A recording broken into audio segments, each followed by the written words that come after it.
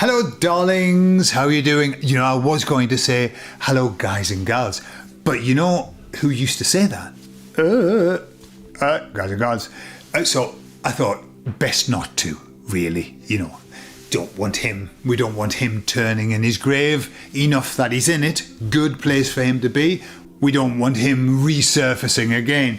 So today, what am I going to do? Well, following on from the video on how to be happy, I said that I would talk again about how to find your purpose, and lots of people have said, yes, please do that. Okay, because I don't know where the video is. I'm going to call this video Finding Your Purpose, then I can search for it properly the next time. So I'm going to tell you about that, how to find your purpose. We talk all about it on the other side.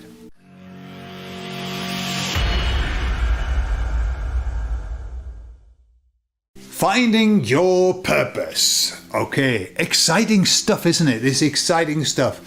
However, I've got to start by giving you the good news and the bad news of finding your purpose. What's the good news? The good news is that when you find your purpose, when you know what your purpose is, it gives you purpose. Okay, you can start to look at your life and decide, in what areas of my life am I able to fully express my purpose, to fully live my purpose?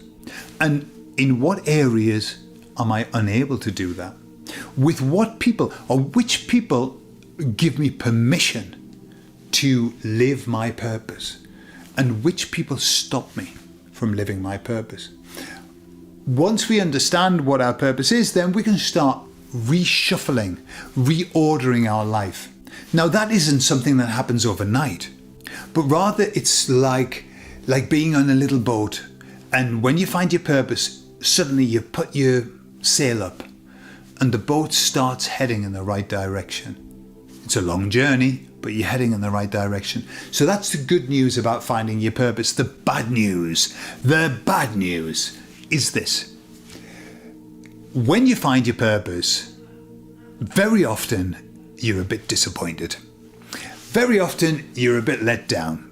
Very often you say, well, where are all the fireworks? Where is the fanfare? Where's the band that's coming through? I found my purpose. I know what I'm here to do. No. Very often when you find your purpose, it's a little bit like, I don't know. It can be a letdown, but it's only a letdown because you're waiting for a fanfare. You're waiting for fireworks. And there isn't any fireworks when you find your purpose. What often happens, and I've seen this with myself and I've seen it with lots of people who I've worked with, is you get this and people go, yeah. That's kind of the, yeah. Why do we get that reaction? The reaction that we get is like, yeah, obviously. And that's because your purpose is nothing fancy. It's not grand, it's not highfalutin. It's just the purpose, and it's a very basic thing. All right, so there you are. You know the good news, good, having it. Have your purpose, good, set your sail. Bad, don't expect it to be wow. Hey, you might be over the moon with it. But most people are just like, yeah, okay. But it's great having it. When I found my purpose, I went, well, I've been doing that all my life. That's what I've been doing all my life. And of course, that's what this is all about. Your purpose is really your bliss, what you've been doing all of your life to make yourself happy. Okay? So, let's get down. If you want to, you can have a pen and paper or a pencil and paper or whatever, or your mobile phone with one of those little pens that you can write on it, whatever works for you. But you want to be able to write this down, or certainly write your thoughts down. The very first thing that we've got to do is this. We've got to find out what floats your boat, what sets your sail, what is it that takes you to your bliss, what is it that you do that gets you into the zone, where time distorts, where you're just absolutely focused. Okay? So what you've got to do that is you look across your entire life, just as like a timeline.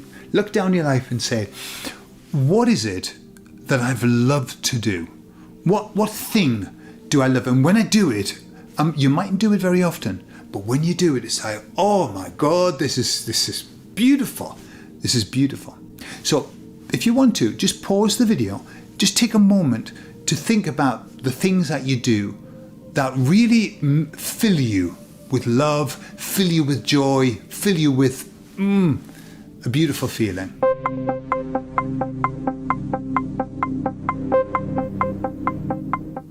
Once you have that, once you have the action, right? This is just an action, and it could be anything. It could be painting, or helping people, or walking in the countryside, or whatever, gardening.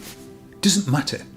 Once you've found the action, what we've got to do is we've got to find out what that action is giving you. What that action gets you. Doing that action gets you something. And that's what we've got to find out. It's not the action. You know, it's like, your purpose is not going to be, I'm a happy gardener, right? That's not, gardening is not your purpose. I mean, it might be, but typically no. There's something behind that. There's something much bigger than that. So take this action that you do, this thing that you do, and I want you to put it into a sentence.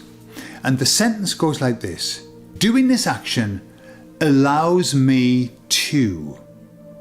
So this action allows me to what? So for example, when I am doing this video, I'm in my zone. I'm in my, whoa, I'm in a wonderful place, okay? And this might be what my class teaching, right? I'm teaching how to find your purpose. So when I'm teaching, this teaching allows me to help people, okay? That's the bottom line. It allows me to help people. So whatever it is that you're doing, what does it allow you to do? And you're basically getting a doing word, right? A verb. This allows me to do this. Yeah, it allows me to help. It allows me to heal people. It allows me to give, you know, whatever. So what you're looking for is, you know, what does it allow you to do? What does it give you? You know, I clean houses. So when you're cleaning houses, what does that give you? What does it allow you to do? Well, it allows me to be able to take care of people. So what we're looking for is what the action allows you to do. That's even more important. You know, cleaning the house, okay, that's okay. But caring for people, yeah. Teaching, lovely. But helping, okay. So once you have the action, yeah, this doing, what you do is you change it into a noun, right? Into a naming word. So for example, I can help people, therefore I'm a helper, okay? So typically we just put an on the end, yeah? I like to take care of people, I'm a carer. I like to heal people. You know, I do this, I can heal people, I'm a healer.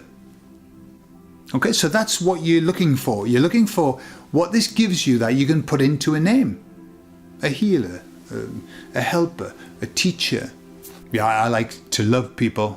I'm a lover. Not sure whether that one works. You might have to use the love in a different part of this sentence, okay? So that's what you've got to do, is you've got to find out what it is. You know, when I'm helping, let me give you an example. I've noticed in my life, my purpose used to be, I am an enthusiastic teacher. And we're going to come to the adjectives in a moment. I'm an enthusiastic teacher. That's what I used to say. And I used to, definitely, because I used to do a lot of teaching and stuff like that. Loved it. And then I realized one day, you know, why am I teaching? What I realized when I look across my life is, if anybody says to me, Gordon, can you help me?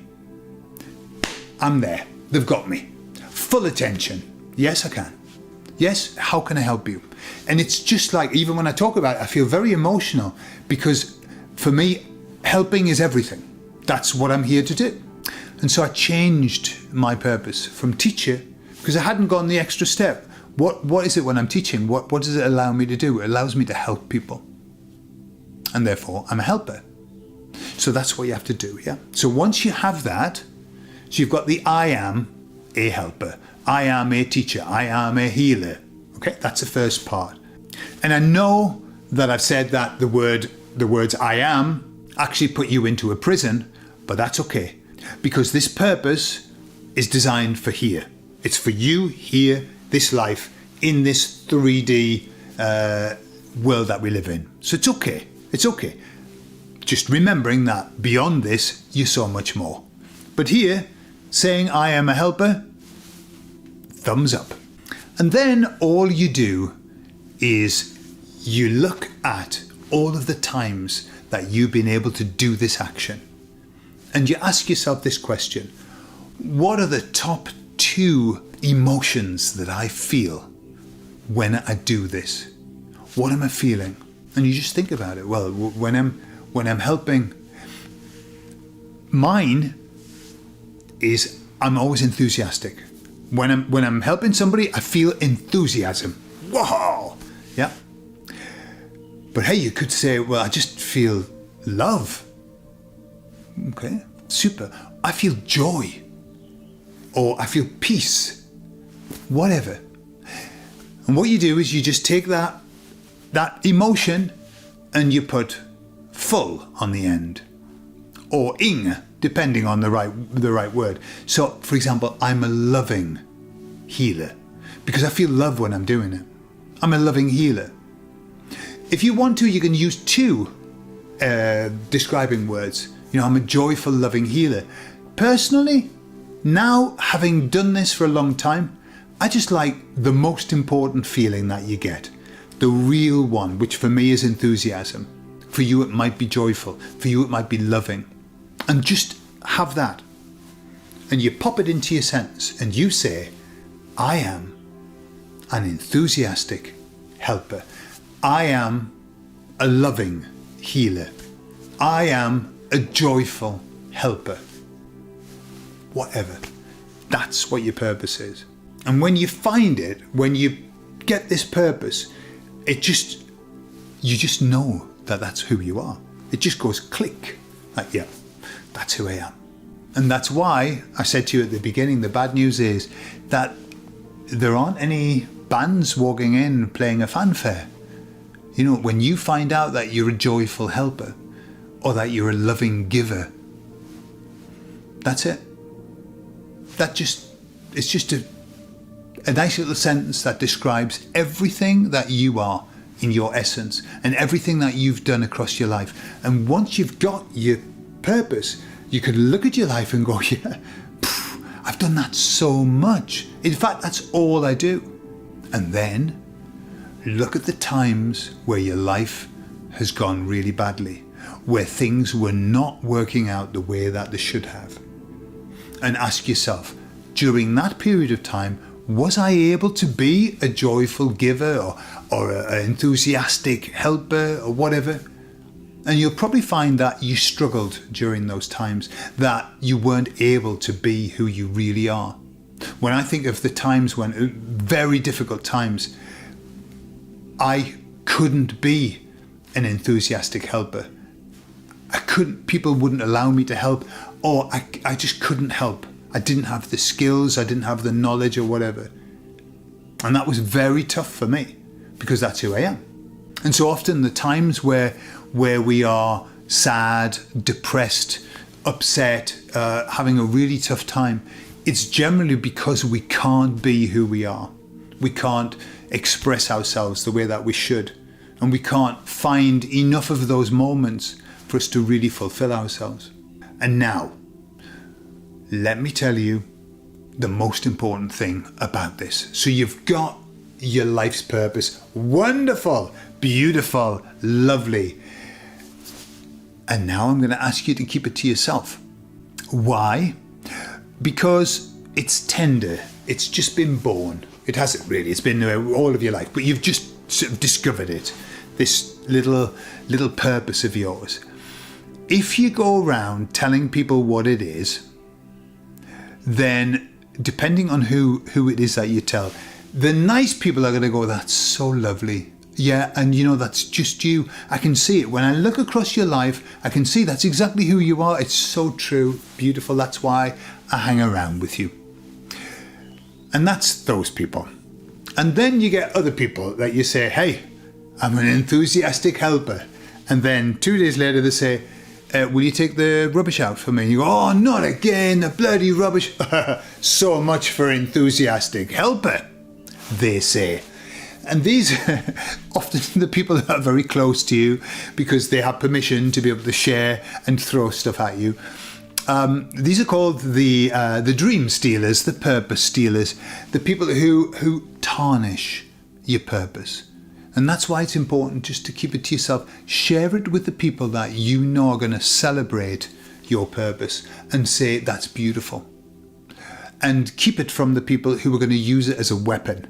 Because just because I am an enthusiastic helper doesn't mean I help enthusiastically all of the time.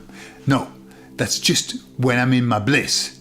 When I'm pissed off, when I don't want to take the rubbish out or I don't want to do something, I'm not enthusiastic and I don't want to help. So, doesn't mean that you have to do it all of the time. That's not what the purpose is about. It's the rudder, isn't it? It's the rudder on your boat. You set the sail and you've got the rudder, and the rudder is pointing to your purpose. Sometimes the wind blows and you get blown off course. Sometimes you fall asleep at the rudder and you let it and you start going round in circles. All kinds of things happen.